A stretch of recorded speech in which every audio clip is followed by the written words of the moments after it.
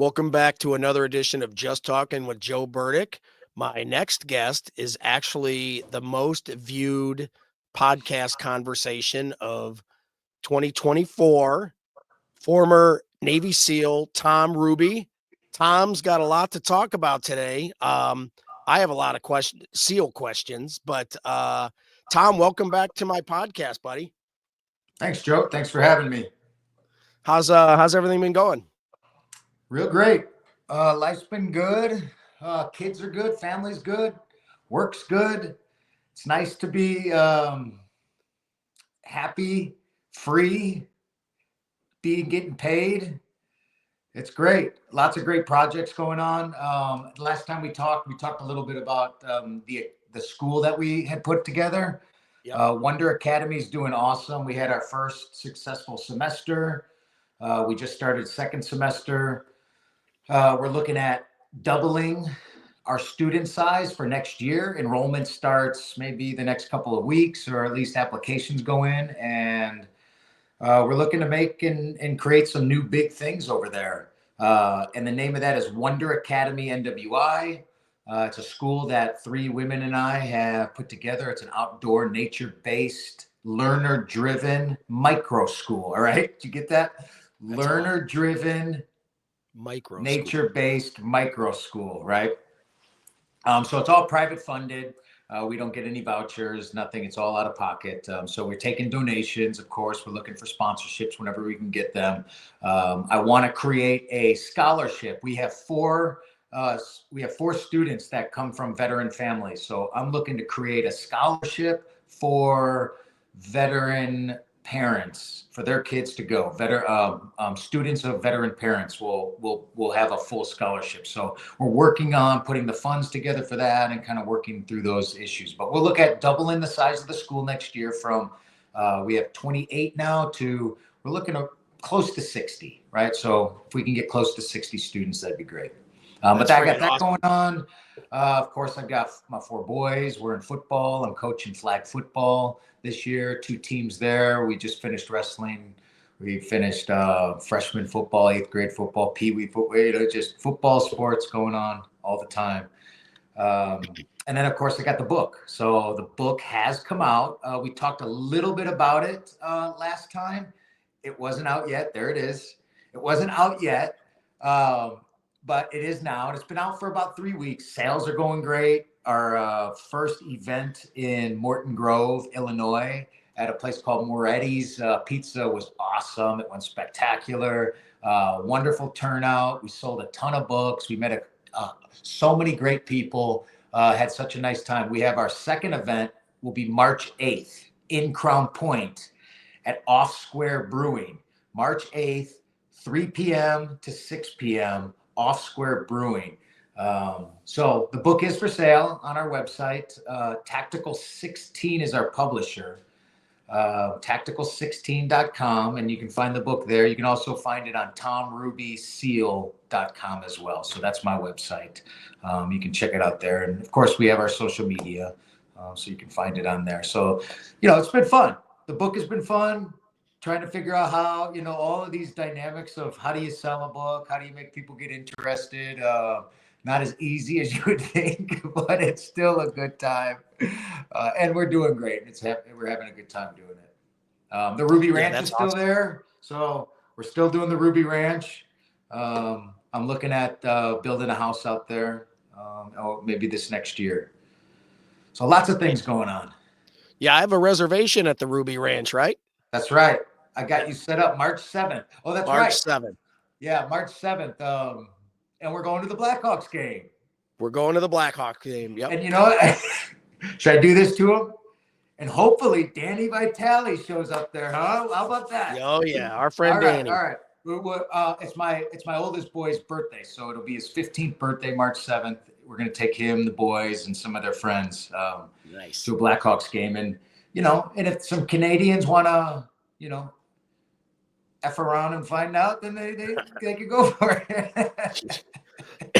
Yeah, we can sick the boys on them. We're gonna have a crew. I look forward to seeing you, Joe, and I really look forward to meeting your son. Yeah, he's such a great kid. Such a great kid. So Yeah. you'll like him immediately, and you'll be like, Jesus, this kid's tall. Oh yeah. So Yeah. That's cool. That's so I cool. can't believe how tall he is. Hmm. So, well, listen, I want to talk SEAL stuff. I've always been a big fan of the special forces guys. Probably because I never had the discipline or any of that stuff to ever even think to become one.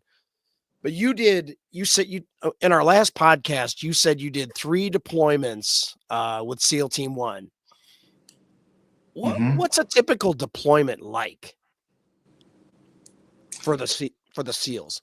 Well, we spend the SEAL teams are just wonderfully gifted. We're so lucky and blessed to be a part of that. Uh, and I say that because we're so well funded, so well equipped, so well trained, so well selected. You've got the best guys.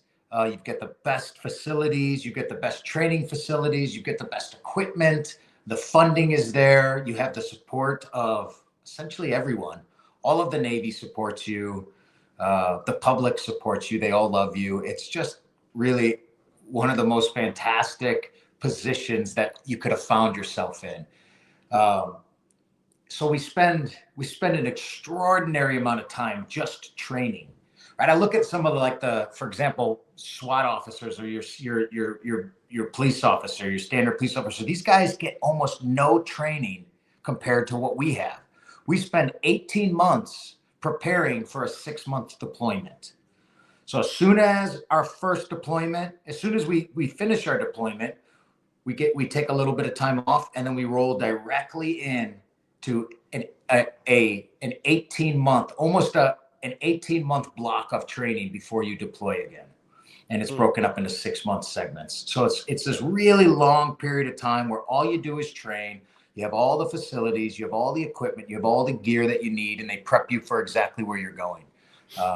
It's really a great experience. It's a great way to do it.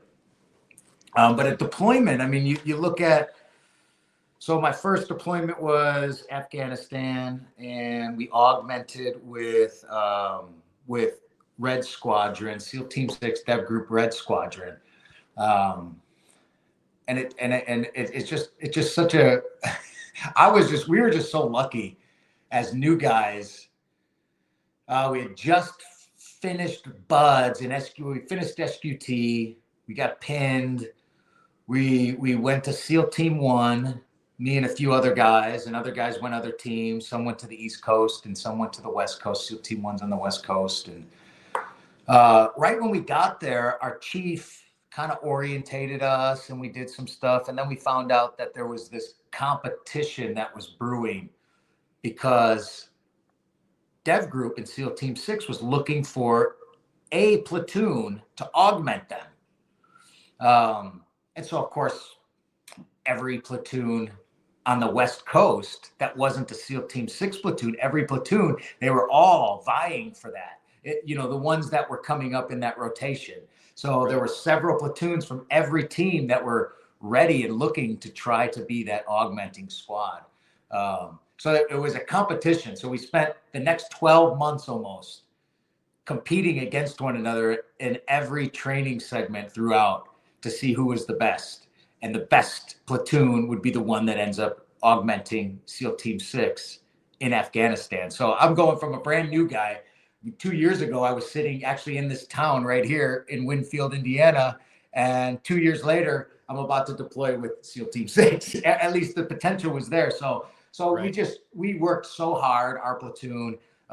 We did great. We excelled. It was just one of those experiences where we shared a goal and we shared this vision that was extraordinary. To imagine being in boot camp and BUDS to potentially deploying with Tier 1 units, all within 1 year span, right? So we were, of course, ecstatic about it.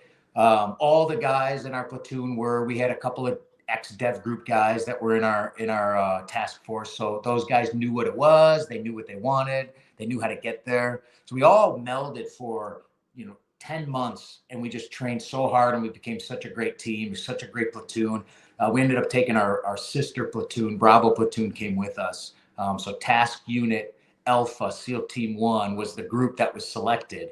So we beat out all the other platoons on the West Coast, and we were selected to deploy with SEAL Team 6. So, so it just, all the anticipation, the excitement, the prep work, and then packing up our stuff. We flew to Virginia Beach, and I'm a brand new guy in the SEAL teams, and I'm at Virginia Beach, and we're in Dam Neck, and we're at Dev Group facilities, and we're sitting in Red Squadron's a war room, and they're briefing us on what the next few months are going to look like, what the next couple of weeks are going to look like.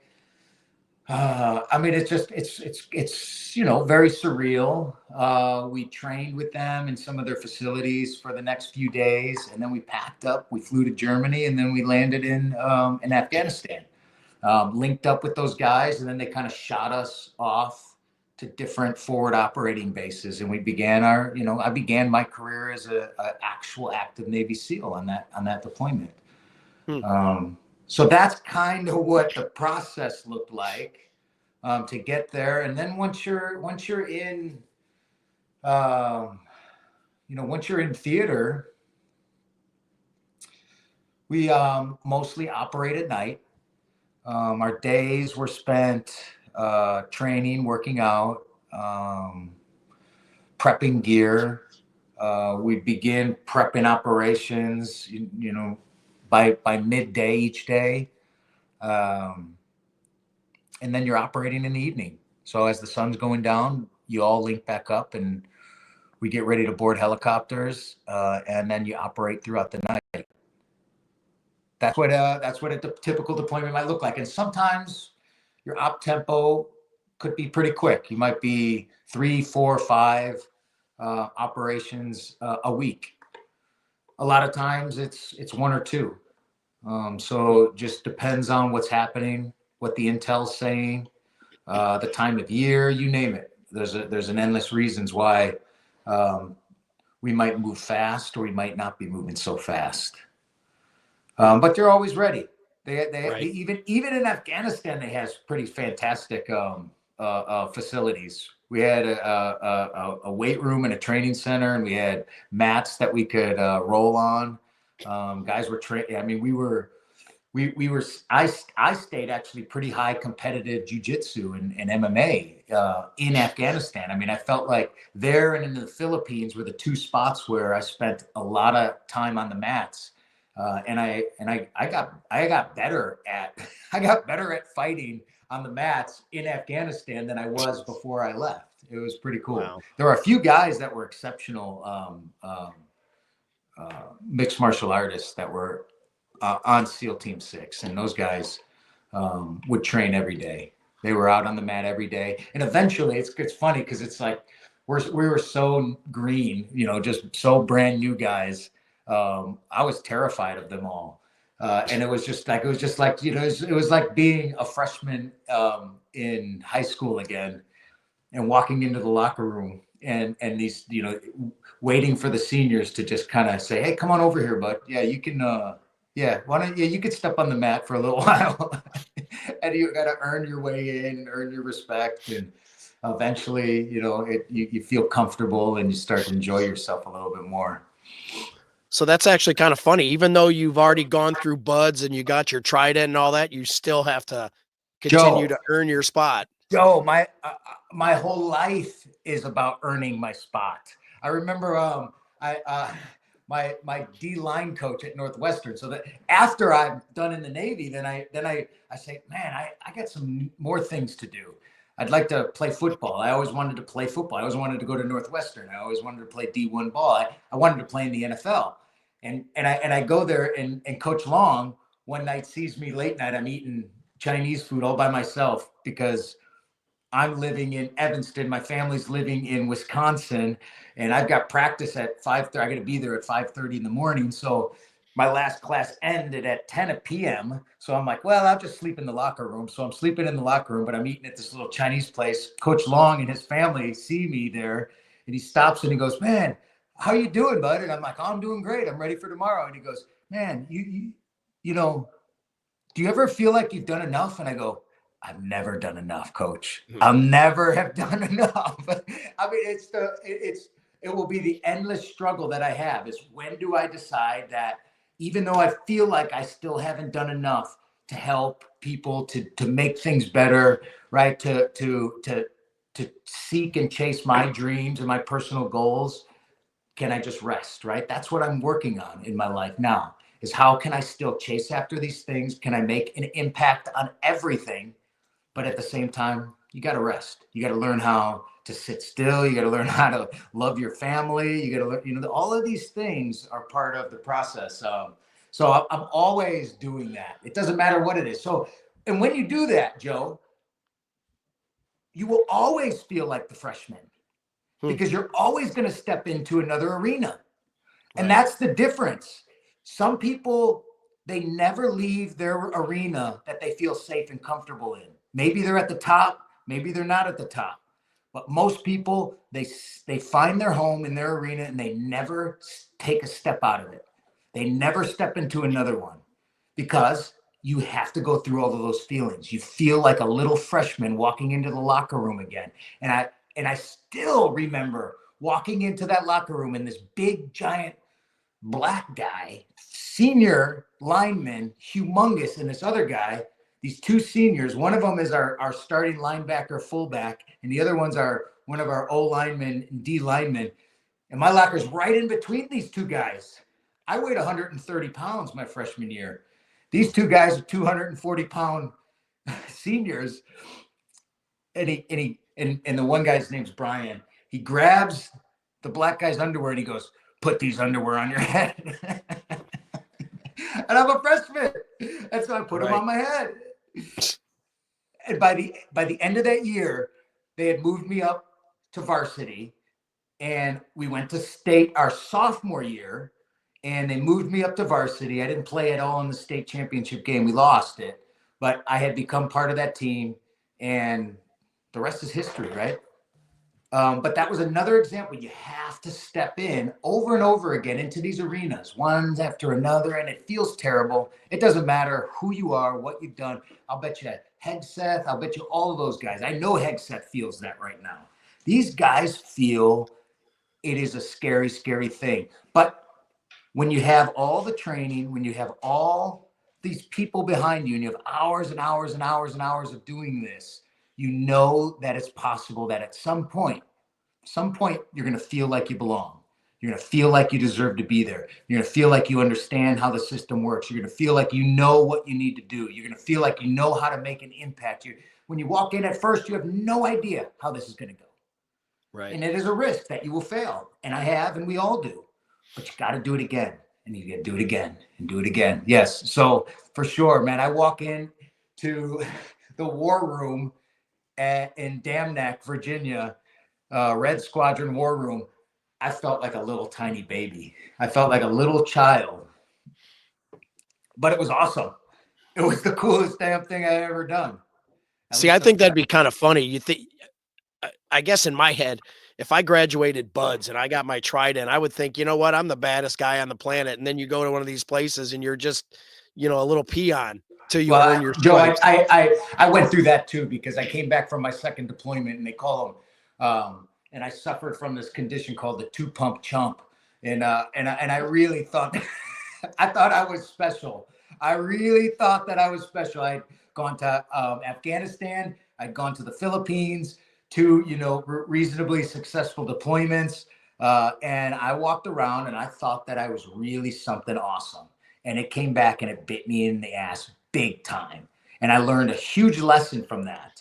It didn't sink in. It's still sinking in, I suppose. But that was a moment where I realized I have to, no matter what I accomplish, I have to stay humble. I have to stay thoughtful. I have to stay considerate. I have to think about other people. I have to realize that my position, my skill, my influence, my ability to impact people by the way I behave, right, the way I interact, this is all being observed all of the time.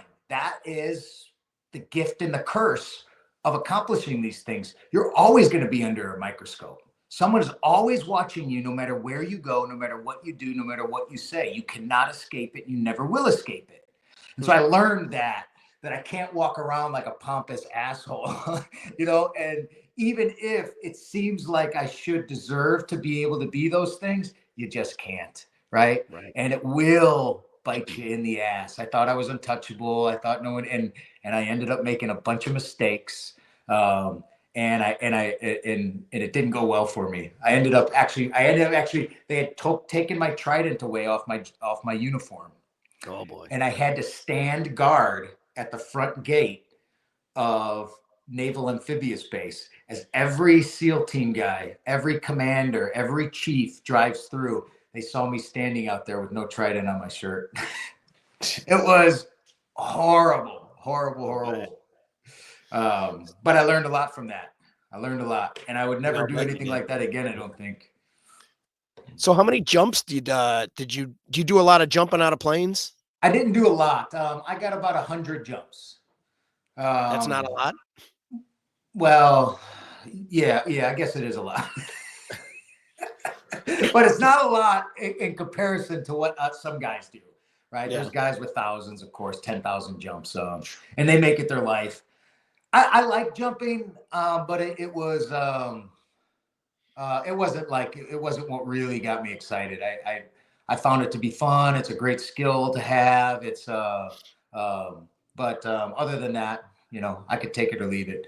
I'd like to do some jumping now. I'd love to take you out jumping, Joe. Nah, we're good. Sometime. I'm all about scuba diving. Well, I'd like to scuba too. I got certified a long time ago. I mean, I'm a patty diver, so not what you guys would have done. But I love scuba diving. Yeah. Jumping out of an airplane, I don't know if I'd well, you know what, I would trust a SEAL to yeah. You know. I would suggest that we jump from a plane into the water with our tanks, and then we just go right into a dive. Where would you do that? That sounds amazing. That's actually something that we do. So we've done a SEAL experience. We've done some jumps into San Diego Bay and then into a dive. So that's an actual that's a training. You know, the amount of planning that goes into something like that, right, is just tremendous. I mean, you have to, you know, just imagine, right, just jumping out of the plane itself. Now you're going to land, and you got to land really pretty close to where you're beginning, you know, the dive. You've laid out this dive, so you got to land pretty close to where you began that. And if you haven't, then you got to make these adjustments, right? Oh, I'm not exactly where I said I was going to land, and so if we start this dive, you can't come up. You're not on GPS. So everything in a dive is already pre-written down. You know, you're going 1,000 meters on this coordinate, you know, 270 degrees. And then I'm taking a right-hand turn, and we're going to, you know, we're going to go to 10 degrees, and we're going to do that for 500. And then we turn again and turn again and turn again, right? So if the position you begin at is wrong, you're going to be way off at the end. Yeah. So, you know, these are just like exercises that force you to work through dozens of problems in order to even get yourself close to where you think you want to end up.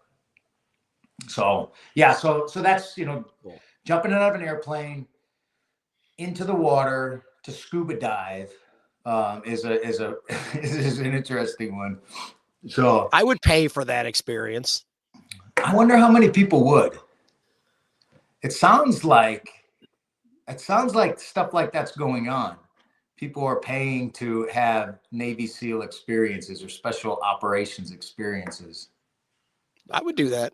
Joe, what do you think? Do you think, I mean, are people interested in going through a Buds-like scenario to push themselves well beyond the mental, psychological, and physical limits that they maybe have ever experienced, to see what that does to them, to experience and know that? I think guys, you know, all of us guys, especially that have never been SEALs, you know, we've all, you know, I'm sure most of us have thought we can do it or we couldn't do it. Or I'll bet a lot of guys would do like a weekend boot camp thing or I think it'd be pretty cool. Yeah. I don't know. Yeah. Running through like up here, I saw at Lake Erie, there's where the beach is, somebody was doing I think a SEAL type experience there. I saw a bunch of people in fatigues, probably the little ROTC guys or whatever, but running in the water and doing sit-ups on the, all wet on the beach. I've seen that. And I remember thinking to myself, man, that would be cool to do, you know, get a bunch of adults, either proving they can do it or, I, I'll bet that'd be a moneymaker. Yeah. Yeah. I always wonder if that's, I'm always wondering how effective would it be at getting, at allowing that person to receive what they thought they were going to get, right? Um, are you really going to experience some next level of mental discipline by a weekend of getting your ass kicked, right? Yeah, but Being look, wet. they have a TV show about it now. I haven't seen it, and there is a SEAL team guy. He's one of the hosts. Yeah. I thought I might take a look at it and just see. Because I'm So yeah, always I looking, think Joe. I'm always looking for ways to help people level up.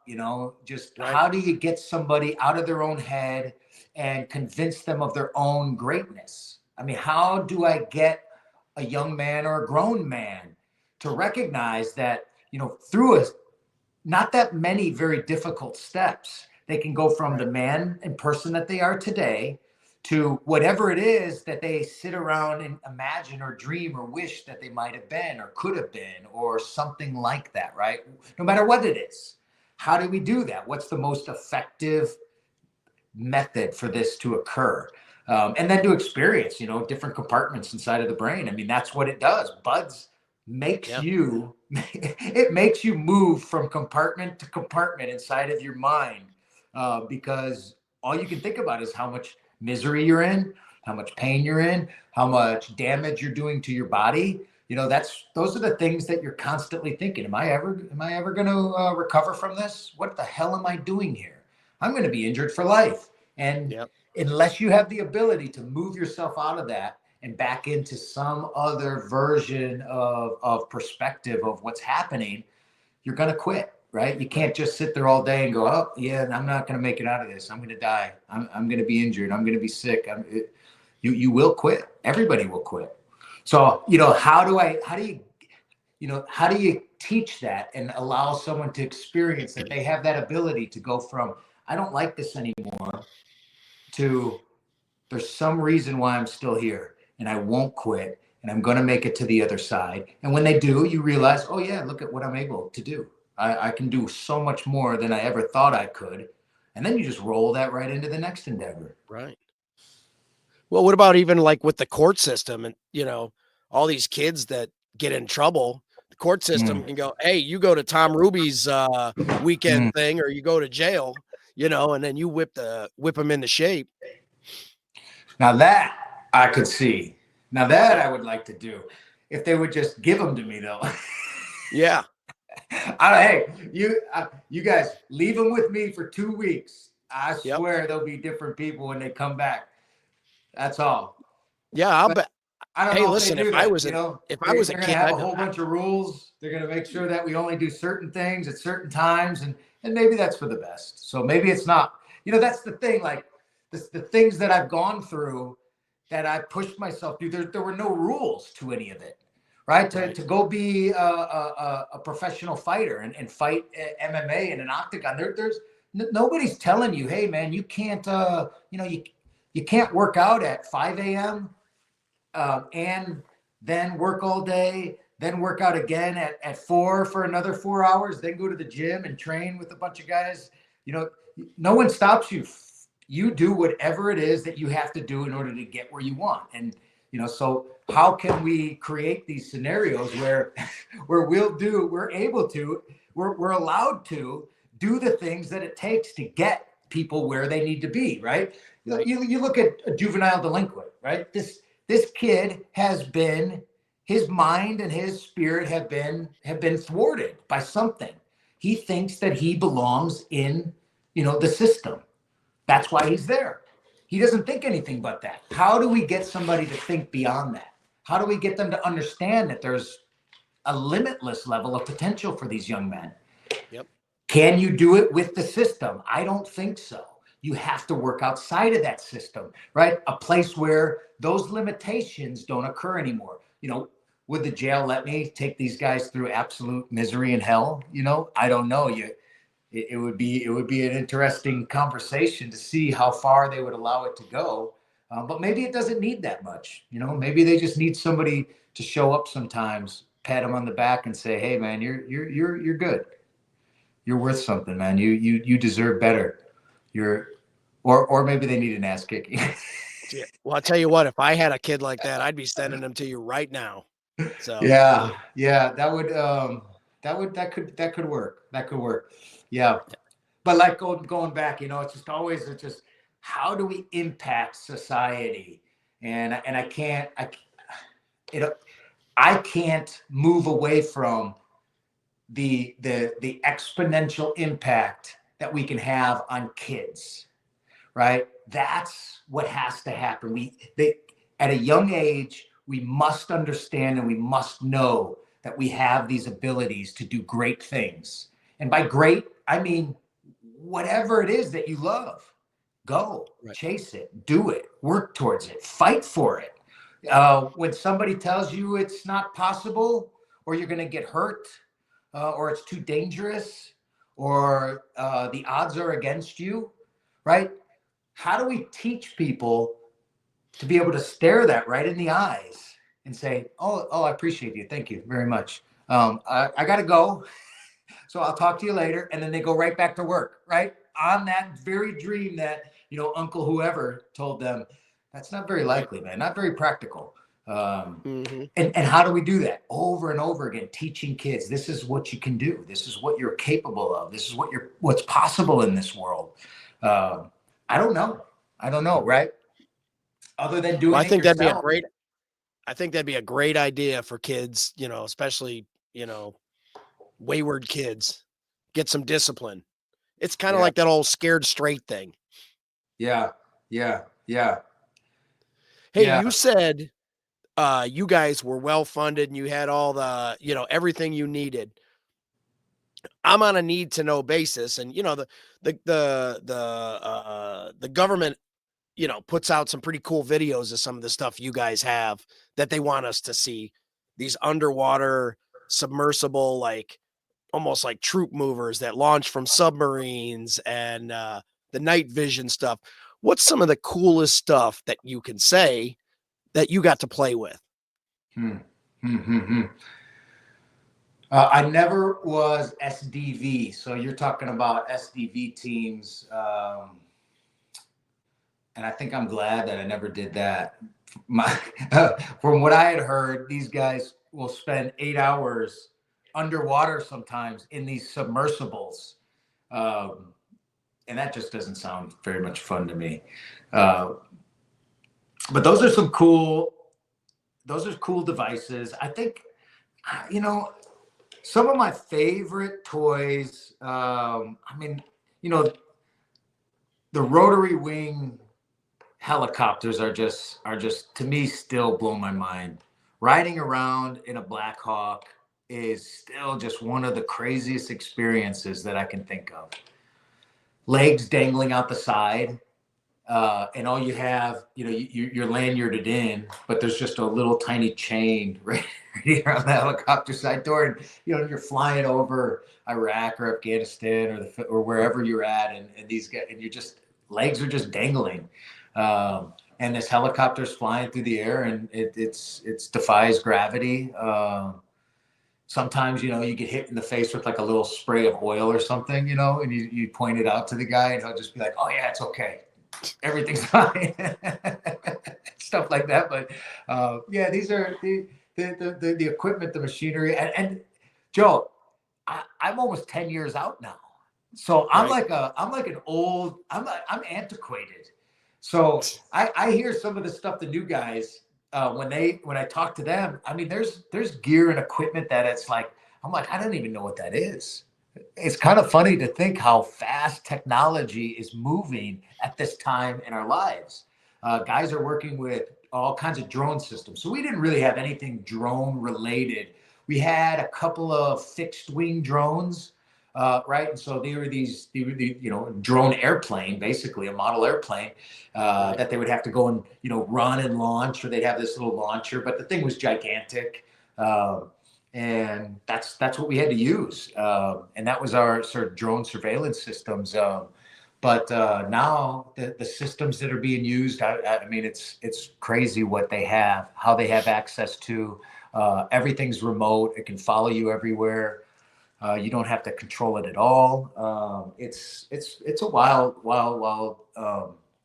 set of technologies that I mean, and then and just some of the things that I see that are coming around, like artificial intelligence, exoskeletons, robots. Like this kind of stuff was beginning to be talked about 10 years ago, but now it's live. I mean, these things are the real deal. Guys are suiting up now with there's even, I mean, they're starting to talk about some bioengineering and bio robotics that'll allow you to have different types of vision and ability to see different things. There's some stuff out there that's getting really wild. Weapon systems. I carried an M4. I carried a Heckler Koch for a little bit. I carried a Mark 48 heavy machine gun on one deployment. Some real fun stuffs are driving around like an MRAP, up armored MRAP vehicles. Those things are fun. So I'm trying to think of some other good stuff. I still, my favorite, I think one of my favorites was they had all these up armored standard vehicles like a Toyota Hilux. So we drive around these Toyota Hilux, which is like a 4-door Toyota pickup truck. Mm-hmm. And this thing had, it was fully up armored, but it had hundreds of thousands of dollars of gear inside of it. Plus, it could fit 4 operators, fully kitted out operators in it as well. We would drive these things all over Afghanistan. We were just convoying back and forth from forward operating base to forward operating base in these up armored Toyota Hiluxes, just 2 or 3 of them. So we had 8 or 12 operators just out in the middle of the night driving these things. And they had jammers on them, so you couldn't, so if something was trying to remote detonate a roadside bomb, hopefully Right. it would jam that cell signal. So, I mean, Did you ever go to Cop Keating? Oh, what? Who? Did you ever go to Cop Keating when you were in Afghanistan? No, because there was no Fob Keating. They got rid of it by then? I went to buds with Charlie. Charlie's a buddy of mine. Keating? Yeah, Charlie Keating. Oh, really? Yeah. I went to buds with him. We were good buds all the way through. So yeah, there was no Fob Keating yet. I did a charity event with Clint Romeshay in December. He got the Medal of Honor there at Cop Keating. So that's Charlie Keating, right? Well, I'm not sure who it was named after. Okay. Because Charlie Keating was in buds with me, and he got killed in Iraq though. But Charlie Keating was the greatest dude ever. I mean, this guy, he was like he was the epitome of a Navy SEAL, a Southern California Navy SEAL though. He grew up in San Diego. He was a surfer boy. He could run like the wind. He could swim forever.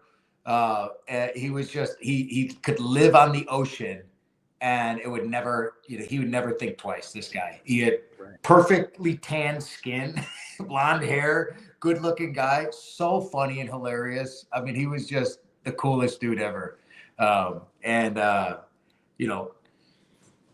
He got killed in northern Iraq. Man, I think I was already back No, I was back in San Diego when that happened. Got shot in the head by a sniper. But that was really probably the saddest experience that I had as a SEAL, was learning that kid died. Was he nicknamed Chuck Heavy? Yeah. Okay. Yeah, I think I've heard his story. Yeah. Yeah, Yeah. that Yeah. sucks. Yeah. Hmm. Yeah. But what a good guy, man. He was the coolest cat you ever meet. Yeah, that's cool. Yeah. Well, the algorithm on my, I don't know, online apparently thinks I like Navy SEAL stuff, and I get videos all day long of Don Shipley. Uh-huh. What do you think? What do you think of him going after all that stolen valor, fake Navy SEAls? You ever watch any Well, of those? I every once in a while come across one, but and I'll watch it here and there. I think it's yeah, I mean, well, we should probably go after him. Somebody Yeah. should. I mean, somebody should. And Don Shipley, for some reason, has really decided that that's the thing he wants to do, and I think it's reasonable. Um, stolen valor. Gosh, I mean, it's sad, really. It's bad. It's sad. It's Yeah. sad. It takes away somewhat from the sacrifices of others that really put in a lot to be where they were and accomplish and do the things that they did. It takes away from that, but it's also sad that somebody really is struggling that much that they feel like they need to tell a story that didn't happen. Right. Take those accolades, and so I think it's important that we call that stuff out. I mean, it's just like anything, right? I mean, Right. people makes mistakes, and this story is super close to home actually for me. When I was before I went to Buds and joined the Navy, there was a guy in my neighborhood that had claimed to be a Navy SEAL. Did I tell you about this already? No. So he was claimed to be a Navy SEAL, and everybody at our church and community all thought he was, and they treated him like he was the local Navy SEAL. And I didn't know any better at the time. I thought he was too. And I talked to him a couple times. Nothing. There was nothing to be suspicious about. And so I end up in Buds, and I make it through Buds, and I think I'm maybe being assigned to SEAL Team 1 somewhere around there. And I call and talk to him again, and I ask him, hey, what Bud's class were you in? And he couldn't answer. So that was the first indication. And Right. so I actually called Don Shipley, Hmm. and I had him search this guy. And he came back. He was not a SEAL. He'd never been to Buds. He had done 2 enlistments in the Navy in San Diego. It was a really interesting story. His wife thought he was a Navy SEAL too. It was really a wild thing, and I exposed him, and then I exposed him to the community, and I exposed him to our church. And there was one thing, man. I mean, at the time I was so justified in it, and I was so glad that I had done it. And many years later, I feel sad. I really feel sad for the guy. I really feel bad because it really damaged his credibility. And I know it had a huge effect psychologically on his life. It really had a hard time. And I know that I'm not responsible for that. He made the choices he made. So, but I'm part of that. And so I got to experience what that feels like on both sides of that, to actually know the guy. Don Shipley's just exposing people he'll never know or see again. Right? They come, they go. He'll never talk to that guy. He won't see their friends. He won't see their neighborhoods. He won't ever see the guy driving by. Nothing. Right? So it's a different experience than to see a guy that that you respected. It's part of your community. You expose him. You force him to expose himself to everybody, and then you've got to see and feel what it's like when his life kind of starts to get rocky, and then still see him. Here I am, 20 something years later. I still see the guy sometimes. What's that like? It's uncomfortable. I run by his house, right? I'm still running. Hey. He's just But I think he's a pretty respectable guy, and I think that he has now come to terms with that, and he's certainly and here Joe, I honestly think that people that do that, they look forward to the moment that they can fess up to these things, and they can be free of it. And it'll suck for a while, but it's, again, you just stepped into another arena that's very uncomfortable, and it's the arena of being honest and fessing up to all your secrets, all your insecurities, your inadequacies, and now you have to do it. And so he did it, and I think it took him about 10 years, but I do believe that he's living a better life now. Oh, that's good. Who knows, man. God works in mysterious ways, is what I mean. He's doing something for everybody. Yep. Well, that's good. So let's talk about the Breachers Playbook. All right. When we did our podcast last year, I made the comment. I was something like, dude, this should be a book. This should be a movie. And you're like, well, actually, and then, you sent me a chapter to read and get my opinion, which I was completely blown away and honored. I'm halfway through the book now. What made you want to write the Breachers Playbook? And it's going to be a 3-book series, right? At least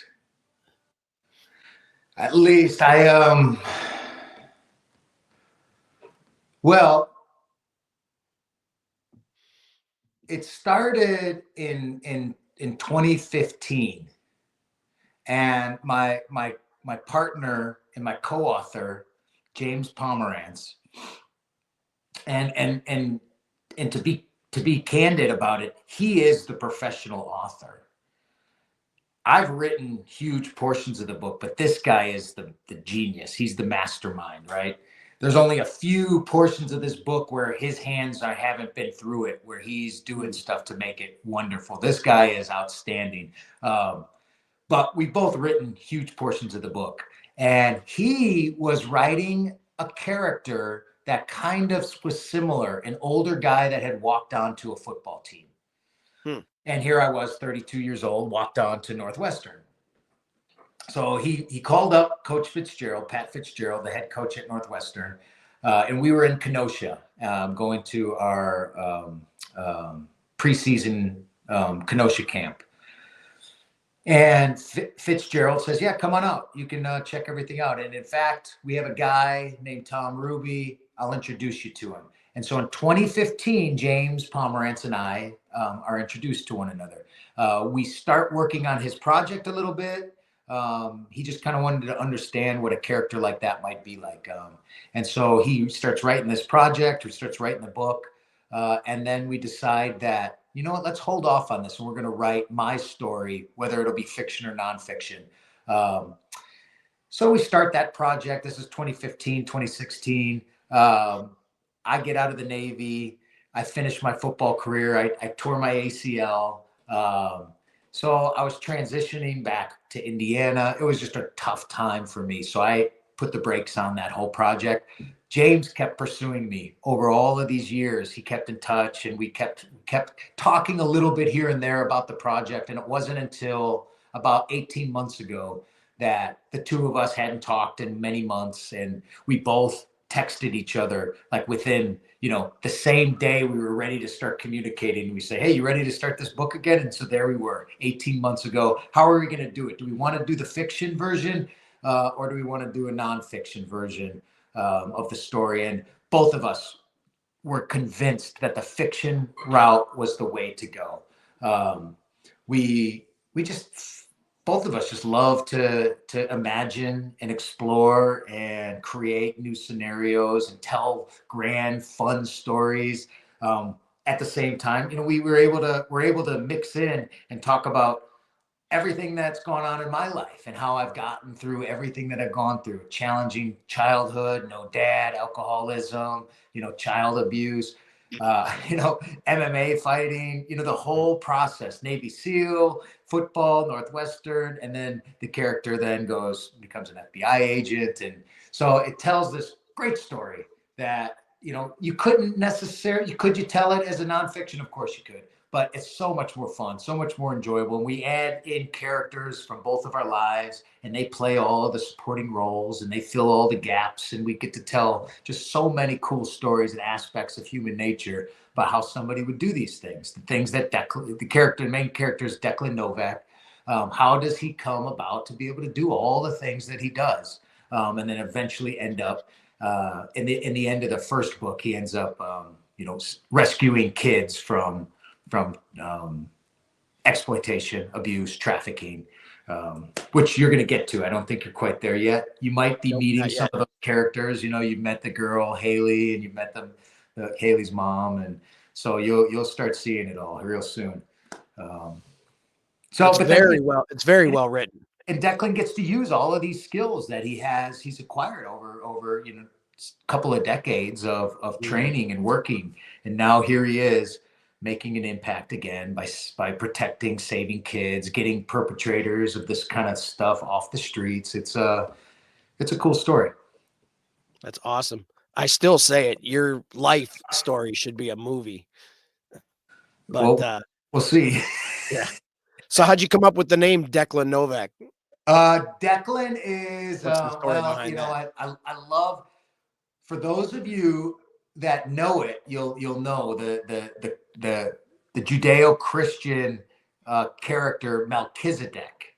So Melchizedek is in some schools of thought the teacher of Jesus. So Melchizedek is the one that taught Jesus everything that he knows. And this character, Melchizedek, actually kind of moves through a lot of, at least from the beginning of the Bible, but if you go to some of the non-canonical books that revolve around the Bible, you'll see Melchizedek really moves through a whole long period of time of pre-Christ, Christian, Judeo, all the way up until Christ. But this guy Melchizedek, he's the guy, right? So he's kind of the guy behind the scenes. So Melchizedek, Declan, Dec is a shortened version of Melchizedek. Okay, that's a lot of thought into that one. Yeah. That's what. So where can people get your book? Because I'm going to recommend anybody that watches this pick this book up. Where can they get it? Tactical 16. Our publisher is Chris Schaefer at Tactical 16 Publishing. He is a retired Green Beret. Tactical 16 Publishing.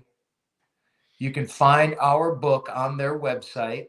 That, of course, is the best way for our royalties. We also have an Amazon account, so you can find us on Amazon.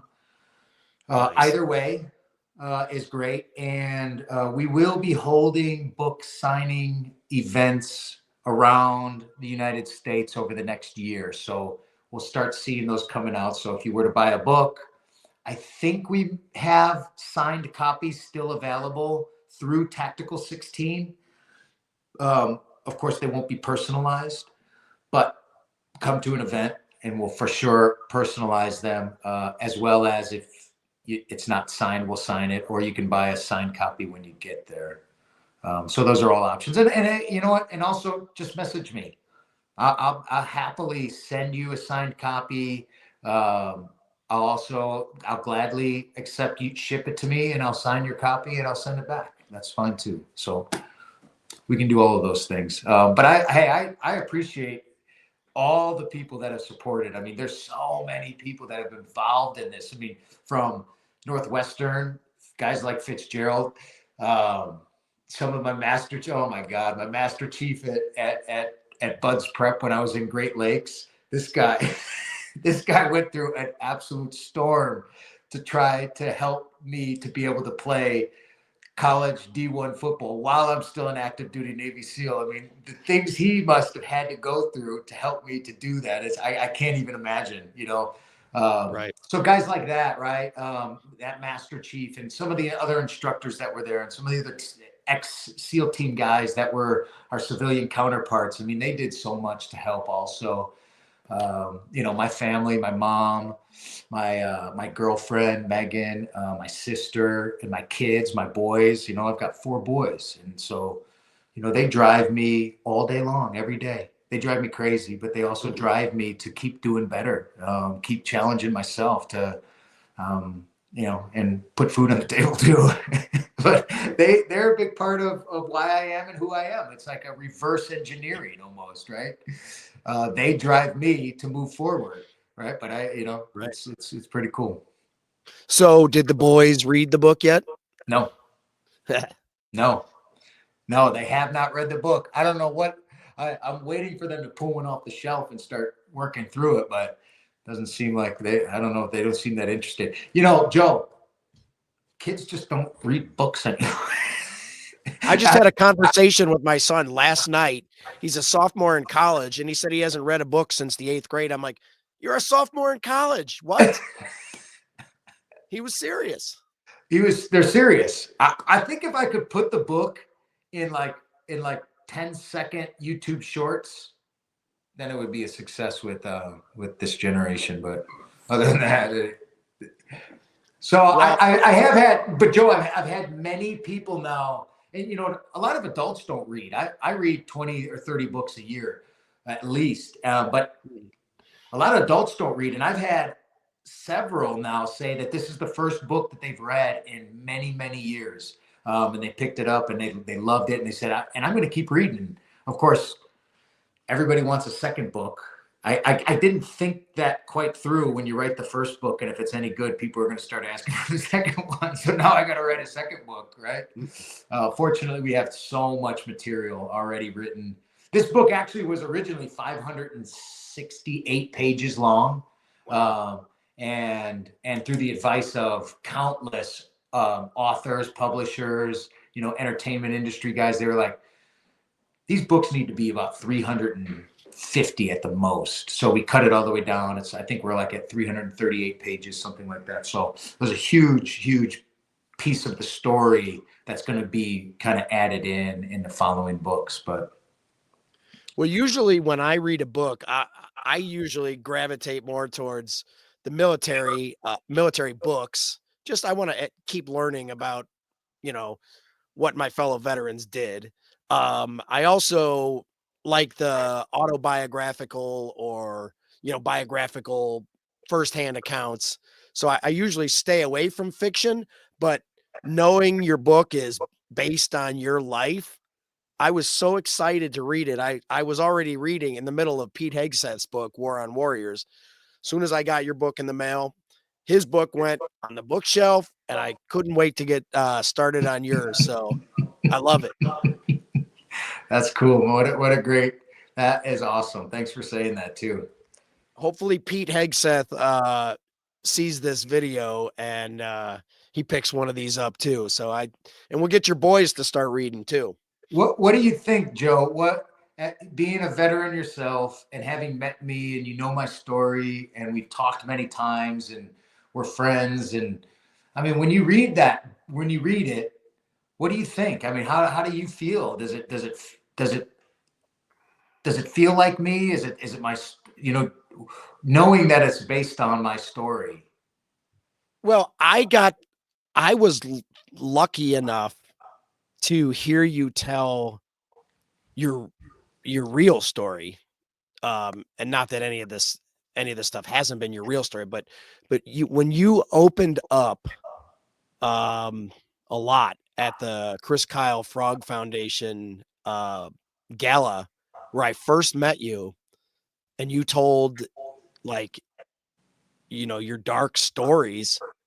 I remember I walked away thinking, I feel like I know this guy now. It was, and of course I sent you that flag as, kind of thank you for, what you did. Reading it, it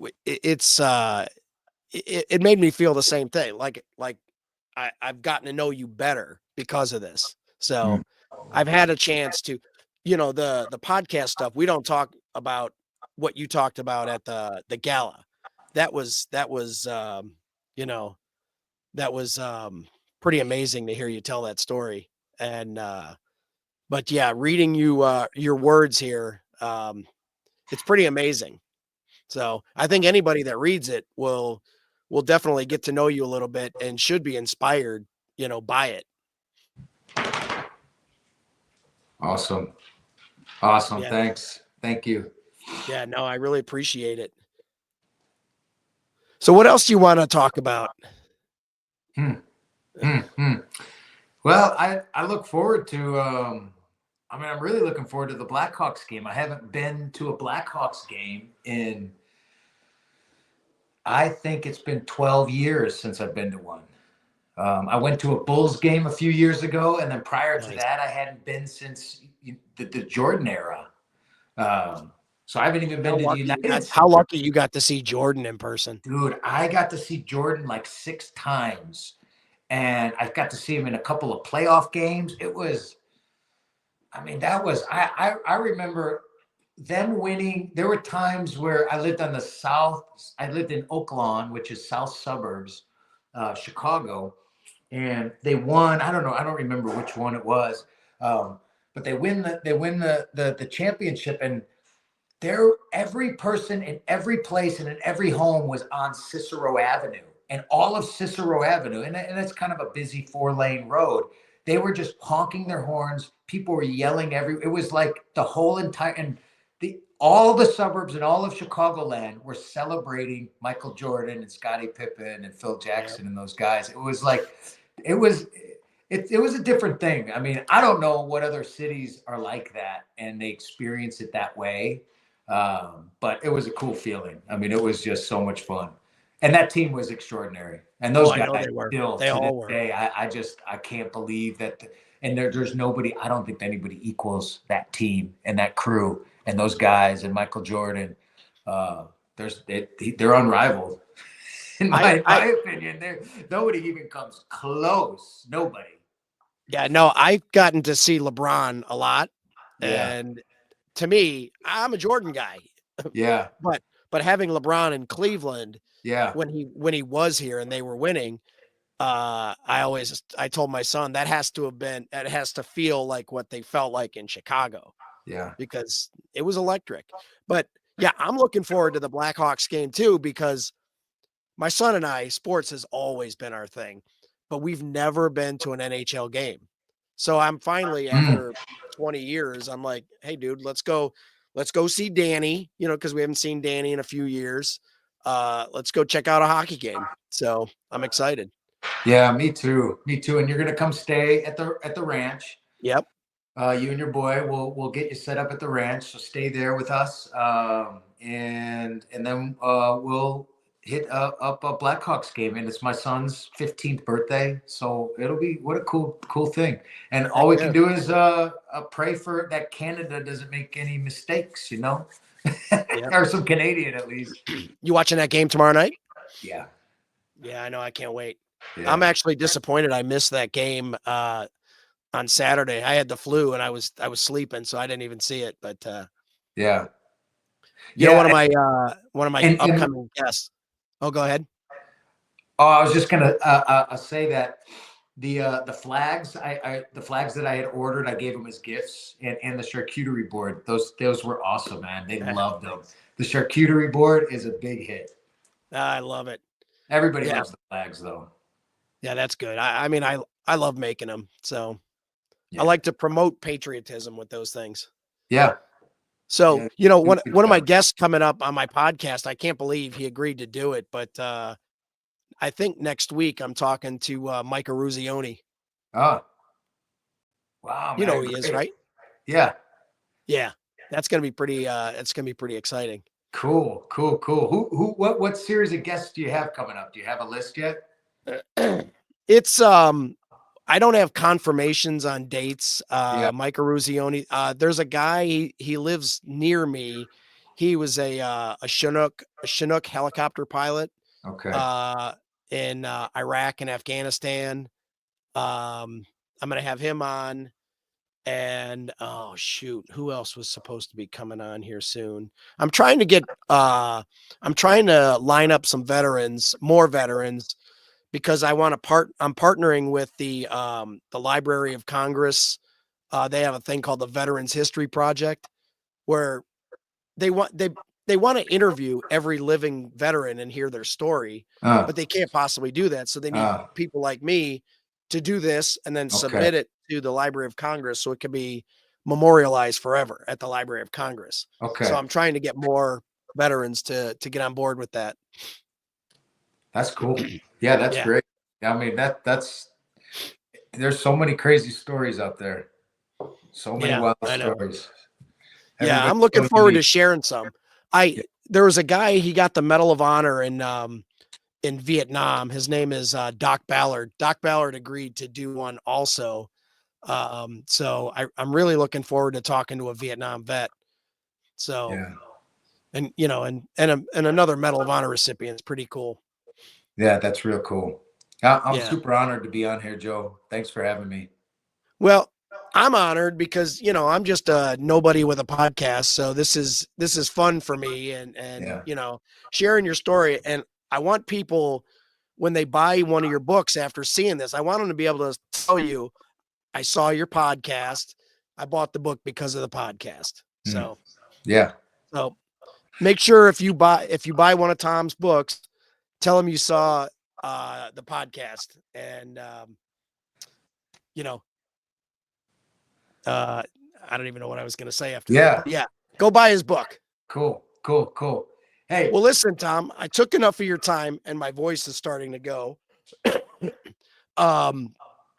Thanks for taking the time, and I'm looking forward to seeing you in a couple of weeks. Yes, me too.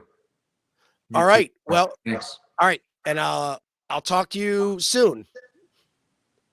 Thank you, Joe. All right. Thanks, Tom. Bye.